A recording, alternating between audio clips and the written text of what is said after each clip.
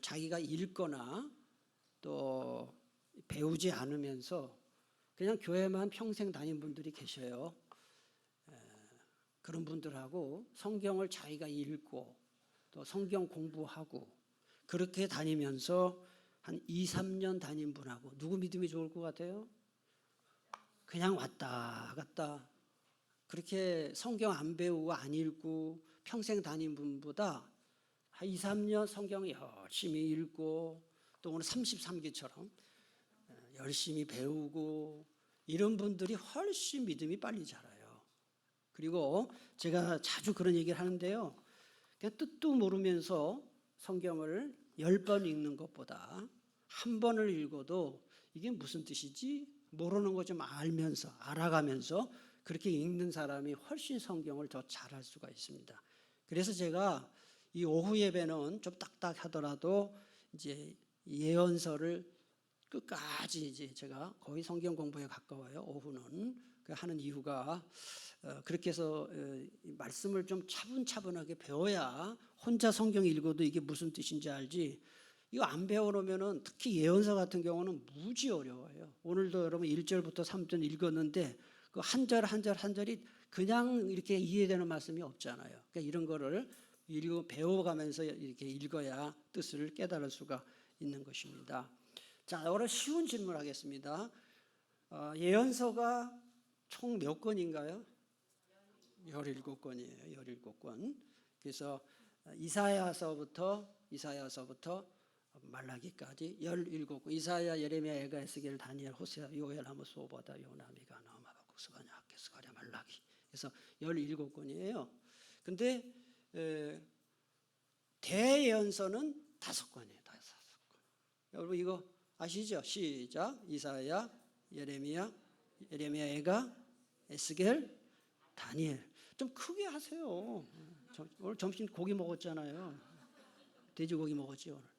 요새 밥이 이렇게 잘 나와요. 막 계속 고기가 나와. 그러니까 좀 고기 잡수셨으니까 5권 시작. 이사야, 예레미야, 에가, 에스겔, 다니엘. 이거를 대예언서라고 하고, 그 다음에 이제 호세아서부터 12권을 소예언서 12권. 호세아 시작. 호세아, 요엘, 아모스, 오바다, 요나, 미가, 나움, 하박국, 스바냐, 학개, 스가랴, 말라기. 잘하셨어요. 그래서 이렇게 해서 12권 합쳐서 17권을 예언서다 또는 선지서다 그렇게 말합니다. 또 다 배웠어요. 그럼 대예언서하고 소예언서의 기준이 뭐라 그랬어요? 분량이에요, 분량. 근데 모를 때는 이사야 많이 들어봤어. 예레미야 그렇지. 에스겔, 다니엘 위대한 예언자니까 대자 붙었지. 절대 아닙니다. 그럼 호세아, 요엘, 아모스, 오바다, 요나, 미가 이분들은 뭐 부족한 많은 사람 아니에요. 분량이 많아서 대예언서고 분량이 적어서 소예언서다 말씀을 드렸어요. 그러니까 오늘부터 공부하는 에스겔은 대예언서예요, 소예언서예요? 대예언서에 속해요. 세 번째. 자, 이사야, 예레미야는 다 배웠어요.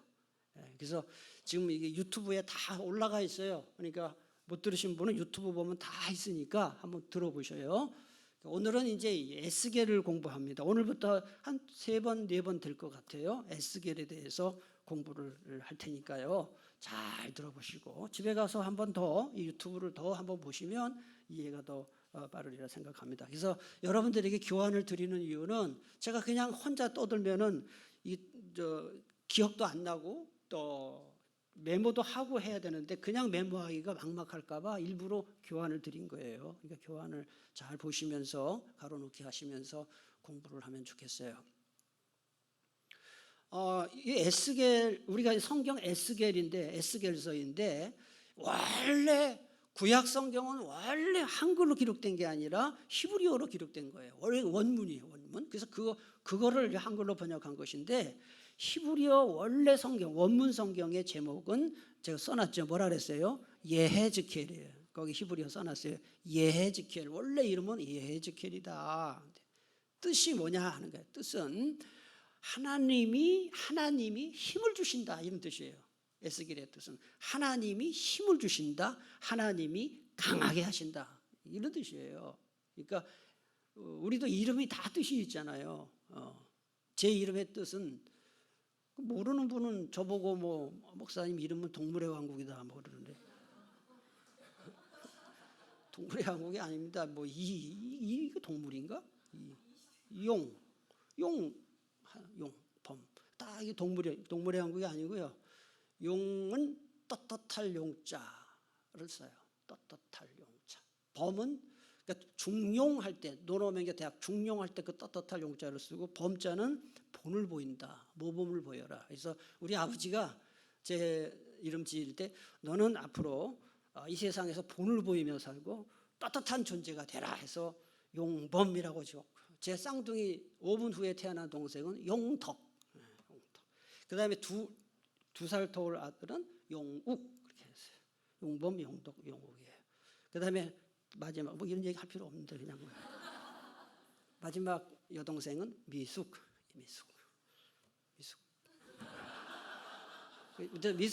김미숙 집사님 보면 내 동생 생각나요. 이미숙이에요. 65년생이에요. 뭐 이런 소리 할 필요 없는데.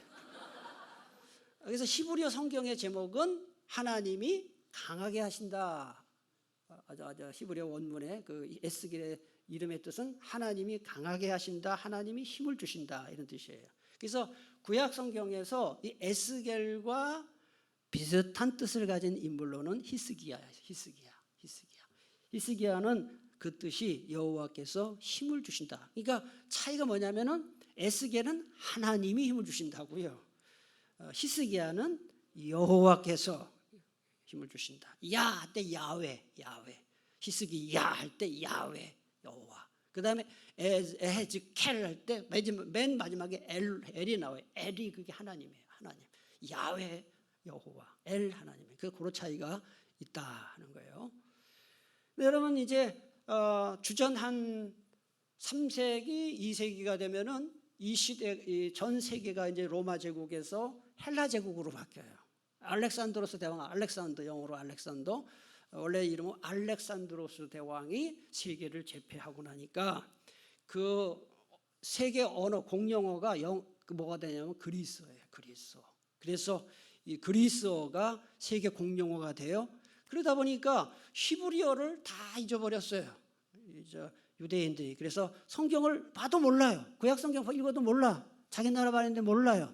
그래서 세계 공용어로 바꾼 게 뭐냐면 히브리어를 그 당시 세계 공용어, 오늘날 하면 영어지요. 이 그리스어로 바꿔요. 헬라어라고도 해요.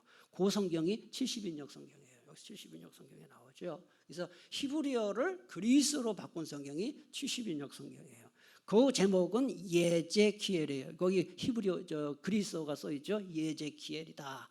그래서 우리말 성경은 그래서 이런 전통을 따라서 에스겔이라 그렇게 이름을 붙였다. 이제 오늘 여기서 알아야 할 것, 에스겔의 뜻이 뭐냐 하는 거예요. 하나님이 힘을 주신다. 하나님이 강하게 하신다. 이런 뜻을 갖고 있어요. 그러니까 나중에 여러분 집에 가셔서 여러분 구약 성경책에다가 여기다가 에스겔 여기다가 하나님이 강하게 하신다, 힘을 주신다 써놓으면 돼요. 집에 가서 쭉 이렇게. 그래서 성경책은요 이렇게 좀 막 메모를 해야 돼요. 제 요한계시록 보면요, 요한계시록 보면 자세히 보면요 이게 빈틈이어서 제가 메모를 많이 해놔서. 그래서 여러분들도 성경을 좀 못 살게 굴어야 돼요. 막 기록을 해놓고 그래야 성경 읽을 때 여기도 이거 잘 안 봐요. 저기다 써놓으면 돼요. 성경. 그래서 제가 늘 얘기하잖아요. 성경책이 깨끗한 사람은 마음이 더럽고 성경책이 지저분한 사람은 마음이 깨끗하다. 성경 공부를 많이 해야 돼요. 자, 그다음에 그럼 에스겔서를 누가 지었느냐? 저자가 누구냐? 우리는 뭐 당연히 에스겔이라고 하는데 학자들이 다 연구를 해요. 그래서 에스겔의 물론 중심 인물이 에스겔서를 읽어보면 에스겔의 중심 인물이 에스겔이 저자 맞습니다. 근데 성경이 그 성경 이름이 다 저자이진 않아요. 근데 에스겔서의 저자는 누구냐면은 에스겔이에요. 그래서 에스겔서를 쭉 읽어보면은 그 에스겔이 내가 뭐 나는 이런 표현이 많이 나와요. 그래서 이거를 자서전, 모든 것이 이 자서전적으로 표현되었다. 제가 그래 써놨어요. 에스겔서는 모든 것이 자서전, 그러니까 내가, 뭐 나는 1인칭으로 많이 사용돼요. 1장 1절도 보시면은 그 1장 1절, 에스겔 1장 1절도 앞부분에 보면은 내가라는 말을 잘 표시를 해놓으세요. 에스겔이 자기가 쓴 거예요. 내가. 그 다음에 3절에도 보니까, 중간에 보니까 제사장 나 에스겔, 1인칭 썼잖아요. 나 에스겔. 4절도 보면은, 4절도 보면은 내가 보니 이런 말이 있고요. 그 다음에 15절도 보니까 내가, 계속 이런 1인칭 내가. 그러니까 이거는 에스겔이 썼구나. 학자들이 그렇게 이제 짐작을 하는 거예요. 그리고 이 에스겔 그 내용을 쭉 읽어보면 여기 한번 보세요. 에스겔서에는 하나님의 거룩과 성전과 제사장 직분과 예배와 제물 등에 관련된 내용이 많이 나와요. 이건 분명히 이 에스겔서를 지은 저자가 제사장적 배경을 가진 인물임을 보여주는 거예요. 제사장이 아니면 쓸 수 없는 표현들이 많이 나온다 하는 것을 추론할 수가 있다 이 말입니다. 그래서 이거 에스겔이구나. 뭘 보면 알 수 있느냐 하면은, 여러분 3절을 보시면은, 자 3절을 보세요. 읽었잖아요. 거기 보면은 중간에 에스겔이 어떤 직분을 가졌는지가 나와요. 3절에 거기 보면은 뭐라고 나와요? 제사장 나 에스겔. 딱 나와. 그냥 딱 나와요. 제사장인 나 에스겔에게 말씀이 임했다 이렇게 나오잖아요. 에스겔은 제사장이구나 하는 것을 금방 알 수가 있는 것입니다. 그래서 이 에스겔서의 내용을 보면 제사장만이 쓸 수 있는 표현들이 참 많이 나온다 하는 거예요. 그 다음에 여기 보면은 유대 역사가 요세푸스라는 이름을 제가 써놨는데, 이 요세푸스는 주후 1세기에서 가장 유명한 역사가예요. 가장 유명한 유대인 역사가가 바로 요세푸스인데, 이 요세푸스도 그의 책에서 에스겔서의 저자다라고 주장하는 것입니다. 자, 그러면 이 에스겔서가 언제 기록되었느냐 하는 거예요. 에스겔서가 언제 기록? 에스겔이 처음으로 예언자로 사역을 시작한 시기가 에스겔 1장 2절에 나와요. 1장 2절에 나와요. 한번 여러분 성경을 보시면은, 여호야긴 왕이 사로잡힌 지 제5년 그달 초 닷새라 그랬어요. 이거 보면은 이제 오예배 잘 안 나오신 분은 여호야긴 왕도 처음 들어봤을 거예요. 이 여호야긴 왕, 19대 왕이에요. 유다의 제 19대 왕인데요. 여기 때 써놨네요. 그러니까 유다의 제 19대 왕 여호야긴이 사로잡힌 것이 몇 년이냐 하면 주전 597년이에요. 써놓으세요. 주전 597년. 여기 보면 2절에 여호야긴 왕이 어떻게 한지라고 써 있어요. 지금 사로잡혔다는 말이 나오죠. 제가 낮 예배 때 설교했어요. 유대인들이 포로로 끌려가서 어디서 포로 생활을 한다고 했어요? 바벨론에서 한다고 했잖아요. 그러니까 여호야긴이 바벨론에 포로로 끌려간 해가 주전 597년이에요. 여기 사로잡혔다는 것은 포로로 끌려갔다는 거예요. 왕이 사로잡혀서 포로로 끌려가 나라가 망했다. 망하는 거죠. 597년에 사로잡혔어요. 근데 이 에스겔이 예언자로 부름받은 것은 여호야긴 왕이 사로잡힌 지 5년이니까 그러면은 몇 년이 돼요? 계산 잘해야 됩니다. 주전이기 때문에 이거 597 더하기 5 하면 완전히 망하는 거예요. 주전이에요. 그러니까 597년에 사로잡혀 갔는데 그 5년 후면은 몇 년이에요? 그렇지, 592년이 되는 거예요. 그래서 그 계산을 잘해야 돼요. 그러니까 주전 계산할 때는 항상 마이너스를 해야 되고 하는 거예요. 주전. 그래서 주전이 뭐예요? 주전이 또 주님 오시기 전, 영어로 BC, Before Christ. 그래서 BC라고 영어로는 하는데 우리가 예수님 믿는 사람인데 BC라고 하면 좀 그래. 그래서 주전, 주님 오시기 전, 아시겠죠? 그래서 주전이에요, 주전. 그다음 예수님 오신 이후는 뭐라 그래요? 주후. 영어로는 라틴어로는 AD. AD는 라틴어예요. 영어가 아니에요. 아노 도미니, 주님의 해라는 뜻이에요. 그래서 AD는 주님의 해라는 뜻이고요. 그렇습니다. 그래서 여호야김 왕이 포로로, 바벨론의 포로로 잡혀간 것이 597년. 그로부터 5년이 지났으니까 몇 년이에요?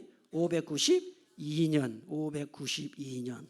그래서 이 에스겔이 예언자로 부름받은 것은 몇 년이라고요? 592년이에요. 592년.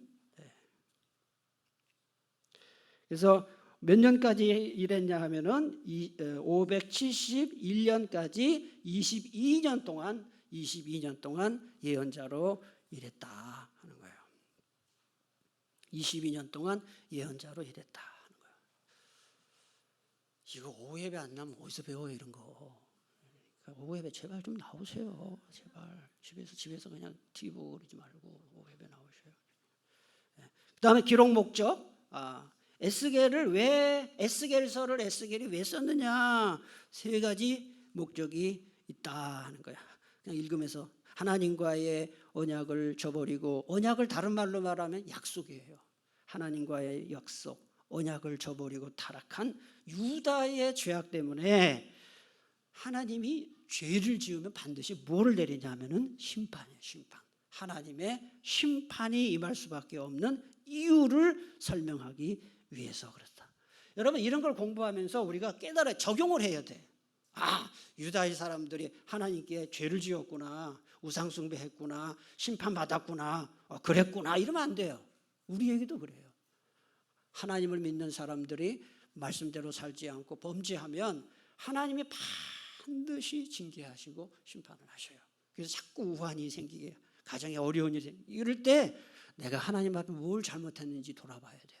그래서 범죄에는 반드시 심판이 있다. 그걸 설명하려고 에스겔서를 썼어요.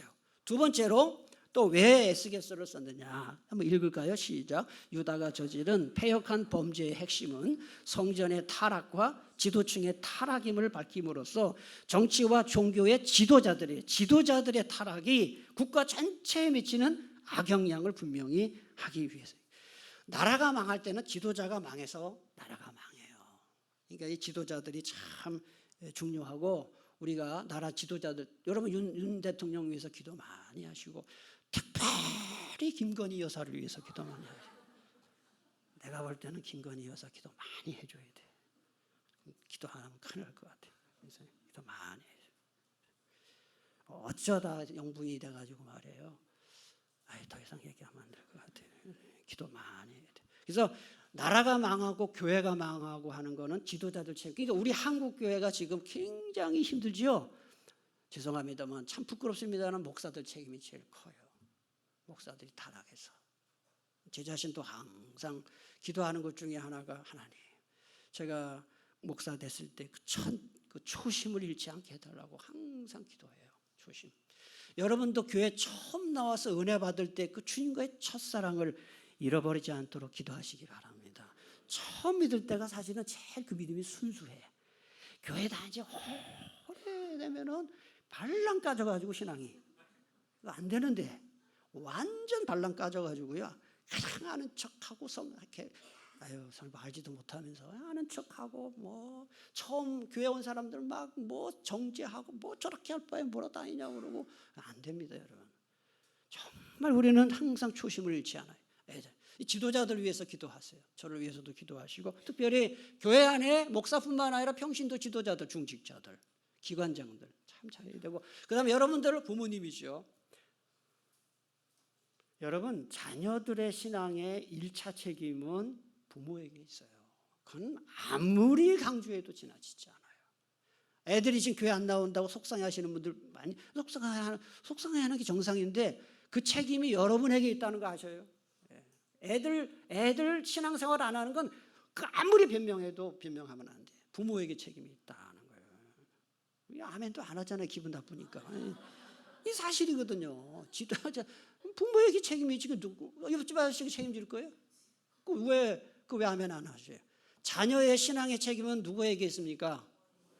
여러분 자신에게 있다는 거. 이게 바로 지도자의 책임이다 하는 것을 두 번째 강조. 세 번째, 유다의 타락에도 불구하고 자신이 맺은 언약에 끝까지 신실하신 하나님의 자비로우심 때문에 결국 하나님이 이 언약 백성을 다시 회복시키신다 하는 것을 이제 성전의 재건 이미지를 통해서 선포하기 위해 에스겔서를 기록. 여러분이 꼭 기억하실 것. 인생을 살다가 하나님이 심판하시고 징계하셔서 어려움 당해도 나중에는 하나님이 다시 다 회복시키신다 하는 거예요. 그가. 저도 우리 애들 키우면서 저희 아내가요, 우리 애들한테요, 얼마나 엄격하게 하는지 몰라요. 진짜, 아유, 나 아니었으면 다 가출했을 거예요. 우리 아들, 딸, 나 아니었으면 다 가출했을 거예요. 그냥 엄격하게, 특히 신앙은. 내가 이제 고맙다는 뜻으로 하는 거예요. 나는 좀 물러요, 솔직히. 여러분들은 대부분 뭐 제가 집에 가서 제가 애들을 뭐 성경 절대로. 저는 여기서 다 진을 빼고 가가지고 집에 가면 그냥 누워 있어, 힘들어서. 저희 아내가 성경 공부 2시간씩 가르쳐요. 주일날 애들. 지금도 그래요, 지금도. 근데 제가 느끼는 게 있어요. 애들 알아서 하겠지 절대로 알아서 안 해요, 신앙생활. 우리 애들이 그렇게 뭐 본심이 착하고 그렇지 않아요. 똑같아요. 근데 뭐 목사님 애들은 뭐 착하니까 뭘 착하긴 뭘 착해요. 내가 착합니까? 저희 아내가 착합니까? 다 한 가닥씩 이렇게 주관이 있는데요. 근데 말씀으로 교육시켜야 애들이 반드시 서요. 여러분 이거 꼭 말씀으로 자꾸 교육시켜야 돼요. 그래서 참 저는 뭐 이 자리에 없습니다만 저희 아내가 아이들을 신앙으로 교육시킨 거에 대해서 항상 고맙게 생각하고요. 그래서 엄마의 책임이에요, 사실은. 엄마의 책임. 애들 아빠는 애들하고 평소에 이렇게 시간도 많이 갖지 않으면서 뭘 그 잔소리 자꾸 하면 아빠하고 완전히 남이 돼요. 남남이 돼요. 그러니까 엄마들이 그래도 밥 차려주고, 우리 애들도 보면 내 집에 가면 집사람하고 나하고 들어갔을 때 제가 안 오면은 뭐 안 물어본대, 아빠 왜 안 오냐고. 근데 집사람하고 저하고 들어갔을 때 저희 아내가 혹시 나중에 올 일에서 또 혼자 들어가면 엄마는 왜 안 오냐 그래요, 항상. 그러니까 이게 굉장히 이게 좀 심각한 문제. 그러니까 엄마를 많이 찾아요. 애들은 대체적으로. 왜 엄마가 밥 차려주고 뭐 하니까. 나는 집에 있어도 뭐 내가 뭐 내 밥도 못 차려 먹고. 진짜 큰일 났어. 이거 뭐 학원을 다 요리 학원을 다 했든지 뭐. 제가 지금 요리할 수 있는 게 있긴 있습니다. 딱 있습니다. 5년 전부터 할 수 있는 게 라면을 끓일 줄 압니다. 라면을 잘 끓입니다. 라면을. 근데 그런 거 하는데 이게 책임이 엄마에게 가장 커요. 자녀 교육 이게 참 중요합니다. 신앙의 자녀 교육은 엄마가 해야 된다 하는 거. 자, 5번째. 오늘 성장반 우리 처음 오신 분들이 계셔가지고 내가 쓸데없는 소리를 지금 굉장히 많이 하고 있습니다. 9조. 자, 이거는 뭐냐 하면은 성경 읽을 때 성경 지금 이게 몇 장까지 있어요? 한번 얼른 나오니까요. 몇 장까지 있어요? 이게 48장까지 있잖아요. 그럼 예를 들어서 오늘 4장을 읽는다 그러면은 이게 에스겔 전체에서 어느 부분인지를 알고 읽어야 돼. 여기 보면은 이제 딱 나오거든요. 그래서 거기다 써놓으세요. 숲을 보고 나무를 보라 이렇게 써놓으세요. 항상 모든 성경이 다 그래요. 숲을 보고 나무를 봐야 돼요. 숲을 보고 나무를 봐야 된다 하는 거 그걸 아셔야 돼요. 그러니까 여러분들이 에스겔서를 읽을 때 제가 오늘 드린 이 유인물 이거를 구조를 꼭 보셔야 돼요. 이게 에스겔서가 48장까지 있는데 오늘 만약에 4장을 읽는다. 이게 요 부분이구나 하고. 근데 4장을 딱 보면은 맨 위에 보면은 큰 제목이 빈칸이구나. 유다 심판이에요. 유다 심판에 관한 내용이 1장부터 24장까지 나오고 그다음에 25장부터 32장은 열방 심판이에요. 열방 심판이란 말은 온 이방 모든 나라 심판이 25장에서 32장이고 하나님의 구원이 33장에서 48장이에요. 그러니까 만약에 오늘 4장을 읽는다 그러면은 이게 무슨 심판 중에 들어가 있는 거예요? 유다 심판 중에.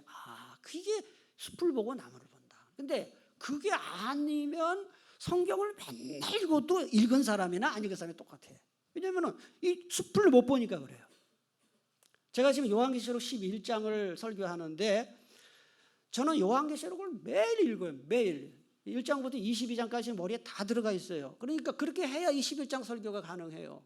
그리고 11장이 지금 어떤 앞에는 무슨 내용이고 뒤에는 무슨 내용인지 모르면은 완전히 미로가 돼버려요. 그래서 모든 22장까지 전체 넣고 나서 이 설교를 하거든요. 여러분도 마찬가지. 읽을 때도 숲을 보고 나무를 봐야 된다.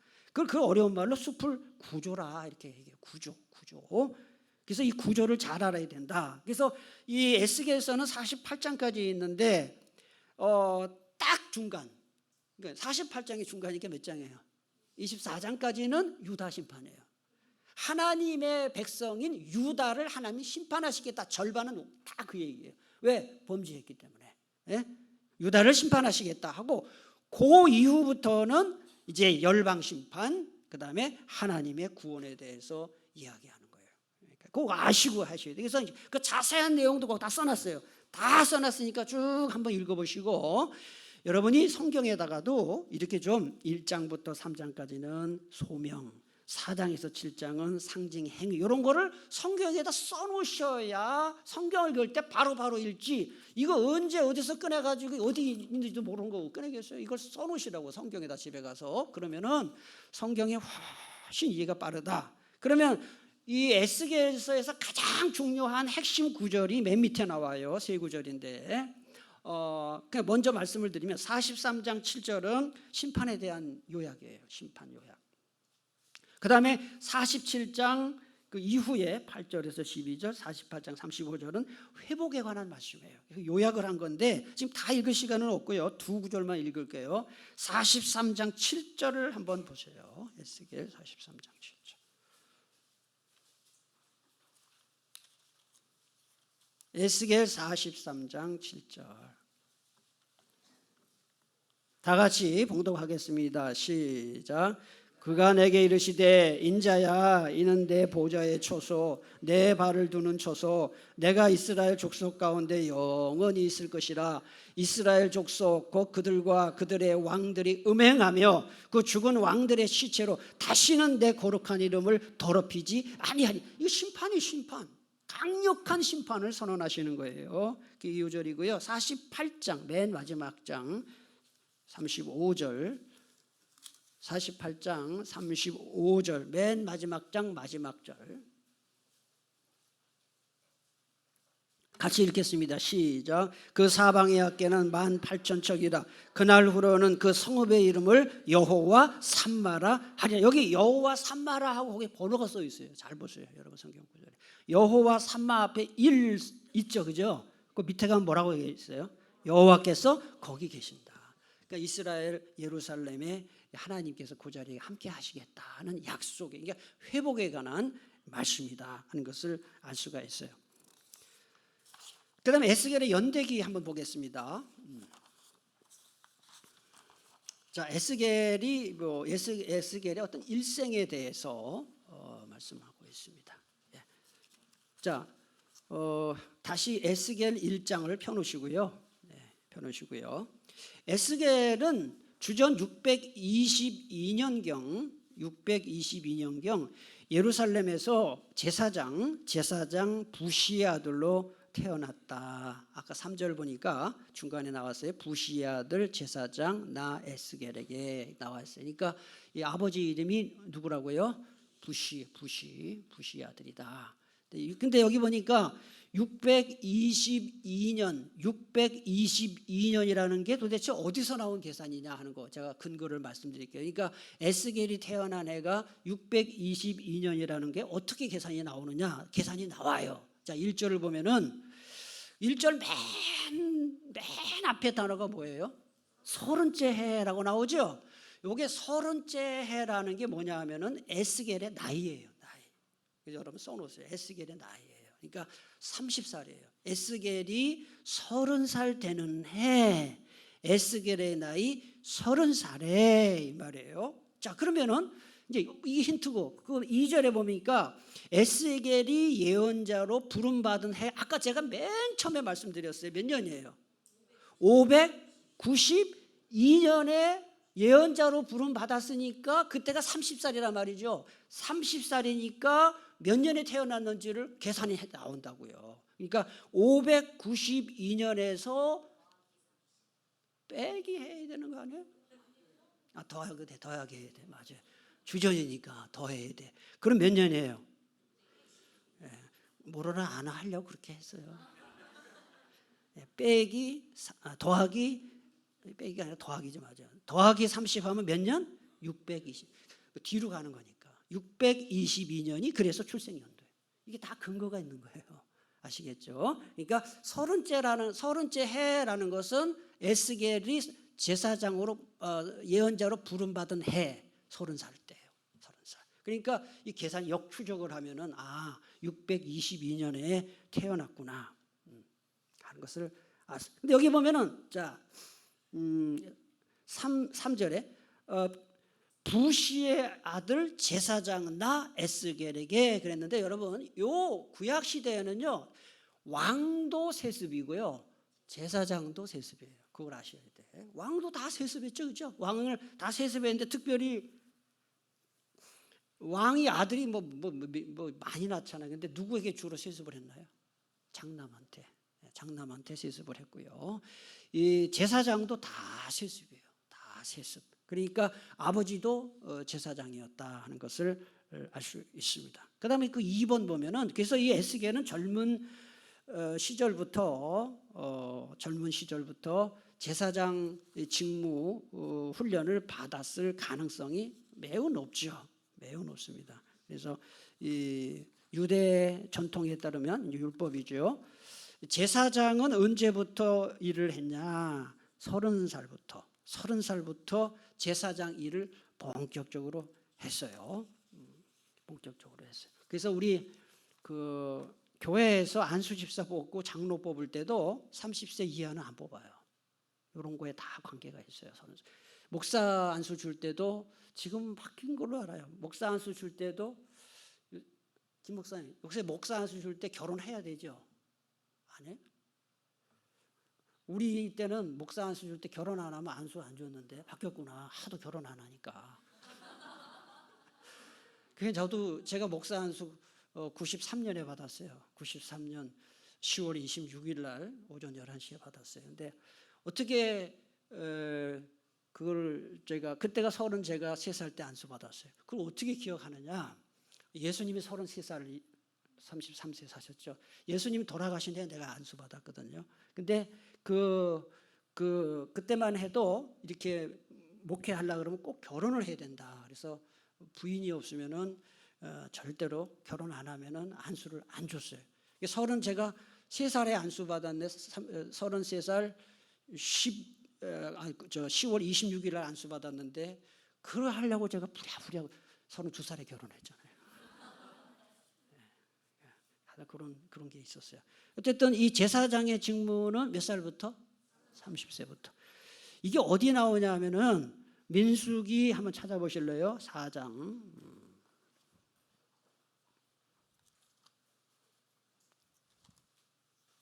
민수기 4장. 하긴 우리 교회가 후원하는 그 미자리 교회 동네 교회 문시목 목사님이 지금 52살이었는데 총각일이죠, 그죠? 그때 가니까 기도 제목이 뭐 결혼 52살인데 하긴 뭐 그랬으니까 총각이라도 막수 안수를 줬네. 그러니까 지금 어디 제가 얘기하라 그랬죠? 민수기 4장 2절 3절. 거기 보시면 레위 자손 중에서 고핫 자손을 그들의 종족과 조상의 가문에 따라 집계할지니 곧 몇 살부터 몇 살까지예요? 30세 이상으로 50세까지 회막. 그러니까 제사장들은 30세부터 50세까지 일했어요. 옛날에 평균 수명이 굉장히 짧았어요. 여러분 제가 새벽 기도 때 얘기했는데 우리나라 조선시대 왕들 평균 수명이 39세에서 한 41세였어요. 옛날 조선시대. 굉장히 그러니까 우리 몇 년 전만 해도 우리 아버지도 환갑잔치 했거든요. 그러니까 회갑하는 게 참 복을 받을 축복받을 일이었죠. 축하받을 일이었죠. 근데 요새 회갑잔치 하면 돌맞죠. 그죠? 칠순도 안 하죠. 칠순도 안 해. 그러니까 근데 이때는 굉장히 수명이 짧았어요. 그러니까 30세부터 50세까지 제사장 일을 했어요. 여러분 제사장이 하는 일이 말로 하는 것 같아요? 굉장히 중노동일 것 같아요? 중노동이에요. 제사장이 하는 일들이 다 그 소 잡고 양 잡고 뭐 그 재물들 처리하고 뭐 그런 거를 했으니까 굉장히 중요해요. 좀 나쁘게 말하면 백정이 하는 일 했어요. 그렇게 힘든 일이에요. 여러분 혹시 뭐 소 잡아보셨어요?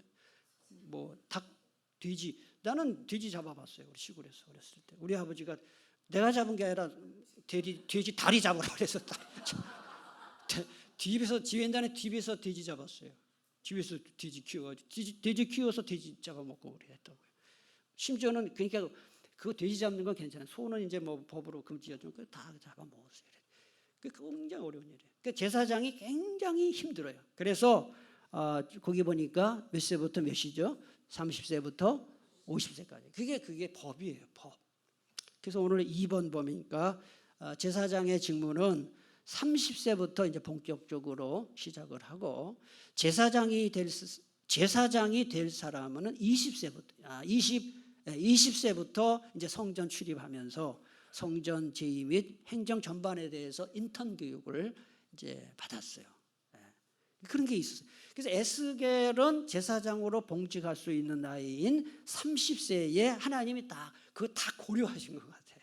하나님이 이 에스겔을 그냥 부른 게 아니라 딱 놔뒀다가 포로로 잡혀가서 30살이 딱 되는 애 부르신 거예요. 그 30살에 맞춰서 예수님이 1장 1절에 다시 보시면은 30째 해 그랬잖아요. 이게 에스겔의 뭐라고요? 나이예요. 나이다 하는 거예요. 자, 그러면은 여러분 예수님도 보세요. 예수님이 이 땅에 오셔서 33년을 사셨는데 예수님이 몇 살부터 일하셨다고 나와요? 30세예요. 30세. 예수님도 딱 제사장 나이에 일을 시작하신 거예요. 그 다음에 다윗도 30세 왕이 돼요. 솔로몬도 30세 왕이 돼요. 다윗, 솔로몬 다 30세 왕이 되고 몇 년 왕노릇했습니까? 40년 왕노릇해요. 이게 우연이 아니다 하는 거 알 수 있습니다. 그래서 시간이 다 됐네. 이거 다 못하겠네. 좀만 더 할게요. 세 번째, 25세 되던 해인 주전 597. 계산을 해보세요. 계산이 연도가 맞나 안 맞나? 됐죠? 아까 태어난 게 622년이니까 25세 되던 해인 주전 597년에 여호야긴 왕은 유다 왕이 마지막 왕이 20대 왕인데 여호야긴은 마지막 직전 왕이에요. 19대 왕이에요. 19대 왕인 여호야긴 왕과 함께 바벨론의 포로로 잡혀가. 요 2차 포로라 그래요. 2차 포로. 바벨론 포로는 몇 차까지 있죠? 3차까지 있어요. 그래서 2차 포로로 잡혀갑니다. 그 4번. 그 다음에 이제 30세가 되던 해인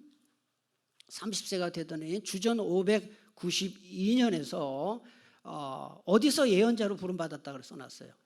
그걸 어디 보면 알 수 있느냐? 1장 1절 보세요. 30째 해 30살 되던 해 넷째 달 초다새에 내가 어디에 그발강가 사로잡힌 자. 이 그발강은 바벨론에 있는 강 이름이에요. 바벨론에 있는 강 이름이에요. 그 다음에 3절에는 명확하게 나와요. 거기 보면은 갈대아 땅 했죠. 이 갈대아는 바벨론을 가리키는 거예요. 그래서 바벨론 내 그발강가에서 이렇게 부름을 받았다 하는 것입니다. 네. 그다음 5번, 7번까지 하고 그만 마치겠습니다. 최소 586년 전까지 그는 행복한 결혼 생활을 했다. 아내와 함께 행복하게 결혼 생활하고 있었는데 갑자기 586년 주전입니다. 아내가 갑자기 죽어요. 그런데 하나님 뭐라고 얘기하면은 에스겔아 아내 죽음을 슬퍼하지 말아라.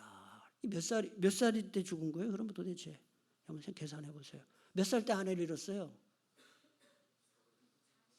네?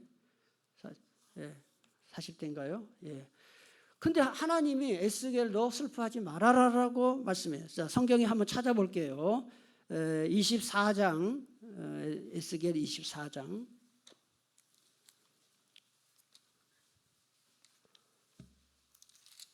14절에 16에서 18절 여기 보면은 16에서 18절 우리 천천히 읽겠습니다. 시작. 인자야 내가 내 눈에 기뻐하는 것을 한번 쳐서 빼앗으리니 너는 슬퍼하거나 울거나 눈물을 흘리거나 하지 말며 죽은 자들을 위하여 슬퍼하지 말고 조용히 탄식하며 수건으로 머리를 동이고 발에 신을 신고 입술을 가리지 말고 사람이 초상집에서 먹는 음식물을 먹지 말라 하신지라 내가 아침에 백성에게 그렇게 말했는데 저녁에 누가 죽어요?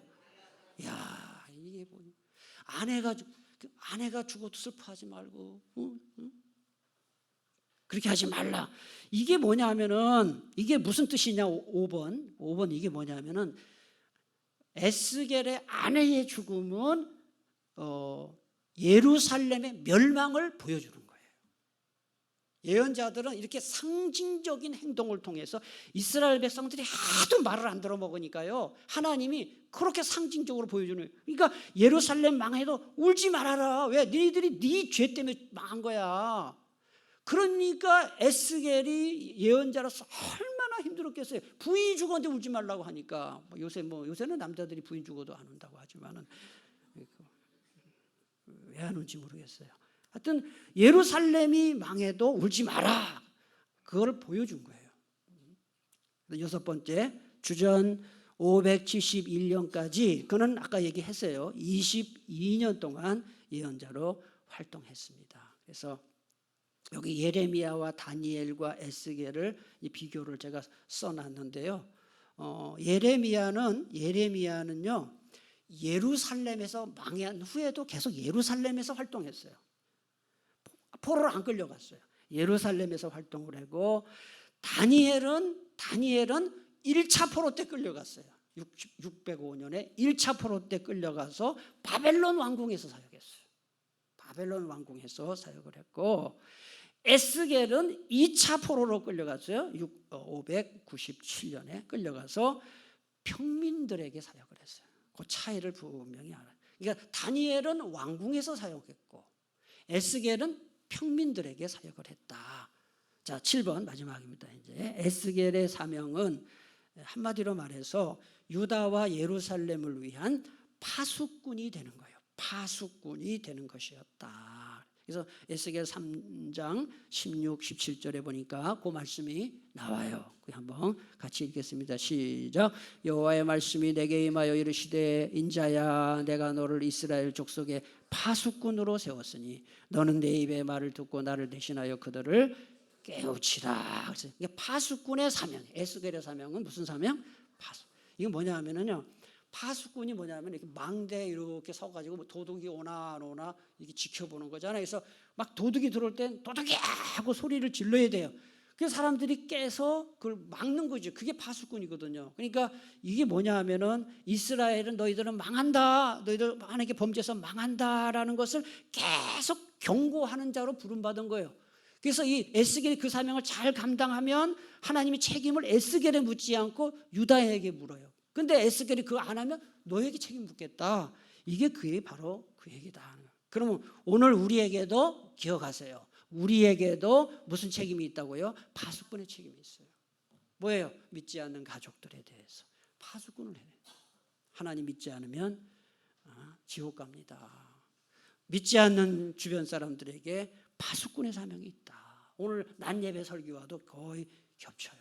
우리는 복음 전하는 사명이 있다. 그래서 잘 감당해서 이제 결론적으로 여러분 자녀들이 신앙생활을 안 하는 거 물론 부모 책임이 있습니다만은 제가 늘 말하죠. 이미 성장한 자녀들을 그냥 완력으로 끌고 오는 건 불가능합니다. 그러나 하나님은 어떤 방법을 주시느냐?